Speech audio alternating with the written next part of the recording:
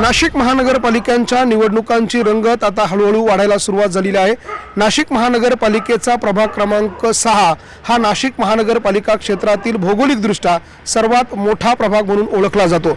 तब्बल 49,000 मतदार असलेल्या या मतदारसंघात डोर टू डोर फिरण्यावर आता उमेदवारांनी भर दिलेला आहे। माझ्या बाजूला दृश्यांमध्ये दिसणारे हे सगळे उमेदवार जे आहे ते आता डोर टू डोर प्रचार करताना आपल्याला पाहायला मिळत आहे। चित्रा तांदळे नावाच्या या उमेदवार आहेत, त्याचबरोबर रोहिणी पिंगळे नावाच्या या उमेदवार आहे आणि त्यांच्यासोबत इतर 2 उमेदवार जे आहेत ते निवडणुकीच्या रिंगणात आहे। खरं तर ताई आपल्याला उमेदवारी पक्षाने दिलेली आहे, काय भूमिका घेऊन आपण लोकांपर्यंत जाताय, काय नेमकी आपली भूमिका लोकांपर्यंत पोहोचवण्याचा प्रयत्न केला जातो?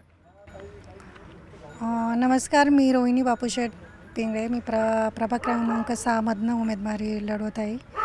पहिले तर माझं महिलांवरती भर राहील की त्यांना ज्या महापालिकेने ज्या सुविधा दिल्या आहेत त्या त्यांच्यापर्यंत पोहोचवण्याचा, किंवा आपले बचत गट असतील, ज्या काही स्वयंरोजगार असतील ते मी पहिले त्यांच्यापर्यंत पोहोचवण्याचा प्रयत्न करेल।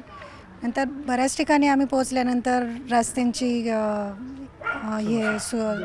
रस्ते, पाणी झालं किंवा लाईट झालं ह्याची व्यवस्था करू। आणि महिलांचं असं म्हणणं आहे की नगरसेवक एकदा निवडून आल्यानंतर परत येत नाही, तर त्यासाठी आपण काय करू शकतो किंवा एखादा ॲप खोलू शकतो, त्या ॲपद्वारे आपण त्यांच्यापर्यंत पोहोचू शकतो, त्यांच्या समस्या आपल्यापर्यंत पोहोचू शकतील याचा प्रयत्न करू।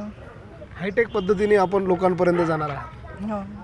हो, ताई आपण देखील मतदारांपर्यंत जाता, काय मतदारांच्या भावना, काय त्यांची मागणी समोर येताना पाहायला मिळते? गेले 3 महिने मी जशी महानगरपालिकेची निवडणूक लागणार अशी कुणकुण लागली तेव्हापासून मी डोर टू डोर प्रचार केलेला आहे। मी स्वतः प्रत्येक महिलेला किंवा मतदारसंघात माझ्या प्रत्येक मतदाराला भेटलेले आहे आणि भेटत असताना बऱ्याच समस्या जाणवल्या। स्वतः जात असताना रस्त्याची दुरवस्था दिसली, त्याच्यानंतर मग तळागाळातल्या महिला, मी स्वतः सौ चित्रा जगन्नाथ तांदळे प्रभाग क्रमांक 6A म्हणजे आदिवासी महिला राखीव गटातून उमेदवारी करत आहे। जरी माझं शिक्षण झालं तरी पण माझ्या समाजाचं मी काहीतरी देणं लागते, या भावनेतून मी या क्षेत्रामध्ये आलेले आहे। आणि मी स्वतः 22 वर्ष महाराष्ट्र राज्य विद्युत वितरण कंपनीमध्ये अधिकारी पदावर काम केलेलं आहे। बापू, खरं तर प्रयोगशील शेतकरी म्हणून आपल्याकडे पाहिलं जातं। कृषी क्षेत्रात मोठ्या प्रमाणात प्रयोग आपल्या माध्यमातून झाले। यामधला एक महत्त्वाचा मुद्दा म्हणजे हा जो प्रभाग आहे हा शहरी आणि ग्रामीण अशा दोन्ही भागांना टच आहे। तर शहरी आणि ग्रामीण असा जो मेळ घालण्याचं एक आव्हान आपल्या समोर असणार आहे, ते आपण कसं पेलणार आहात? सर्वप्रथम सर्व नागरिकांना मी शुभेच्छा देतो। येत्या निवडणुकीत त्यांनी कमळाला मत द्यावं, का द्यावं ते पण सांगतो। आपण जर विचार केला तर सर्वात मोठा प्रभाग म्हणून प्रभाग क्रमांक 6 ओळखला जातो आणि याच्यामध्ये बघितलं तर ग्रामीण आणि शहरी या दोन्हीचा अटॅच म्हणून हा प्रभाग ओळखला जातो। सर्व सुविधा जर नागरिकांना द्यायच्या असेल तर नगरपालिकेकडनं जो निधी मिळतो त्याच्यामध्ये सर्व नागरिकांच्या सुविधा पूर्ण होऊ शकत नाही। मग त्याच्यासाठी केंद्राचा, राज्याचा, दोन्हीचा निधी आपल्याला ह्या नगरासाठी आणावे लागेल, त्याशिवाय रस्ते, पाणी सगळ्या समस्या नागरिकांच्या सुटणार नाही। म्हणून आपण BJPचं सरकार हे केंद्रात पण आहे, राज्यात पण आहे आणि त्या सरकारामुळं आपल्या सर्व नागरिकांना आपण सुविधा पुरवण्याचं काम येत्या काळात आपण करूया।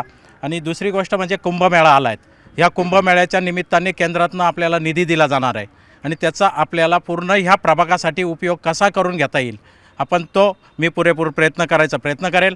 आणि आमचे 4ही उमेदवार हे नवीन उमेदवार आहेत, होतकरू उमेदवार आहेत, म्हणून BJP पक्षाने त्यांना तिकीट दिलेलं आहे। काय आव्हान वाटतं? आव्हान आता इथे चाललेले सगळे प्रॉब्लेम्स आपण बघितलं की आपले 8 वर्षापासून प्रशासक बसल्यामुळे झालेली दुरावस्था रस्त्यांची, किंवा काही ठिकाणी रस्त्यांचा प्रॉब्लेम पण झाला, लाईटीचा इश्यू झाला आणि पाणी पुरवठा नीटपणे पार पडला जात नाही। तर आता आमचे सगळे उमेदवार आहे या ठिकाणी, तर आम्ही पहिली तर कल सगळ्यांचा त्याच्यावरच भर राहील की ते सगळे नीटपणे पार पाडून ते सांगाल त्या कामांना आपण मार्ग देऊन। आपण बघतोय नाशिकमधल्या प्रभाग क्रमांक 6 मधील हे सगळे उमेदवार आहे, विशेषतः रोहिणी पिंगळे असतील, चित्रा तांदळे असतील आणि त्याचबरोबर या सगळ्या पॅनलचं नेतृत्व करणारे बापू पिंगळे असतील। हे खरं तर या सगळ्या प्रभागामध्ये लोकांपर्यंत आजवर पोहोचलेलं आहे। प्रयोगशील शेतकरी म्हणून त्यांना ओळखलं जातं। मात्र आता मतदार त्यांना येणाऱ्या निवडणुकीमध्ये नगरसेवक म्हणून स्वीकारतील का हे बघणं महत्त्वाचं असेल। लक्ष्मण घाटोळ, न्यूज 18 लोकमत, नाशिक।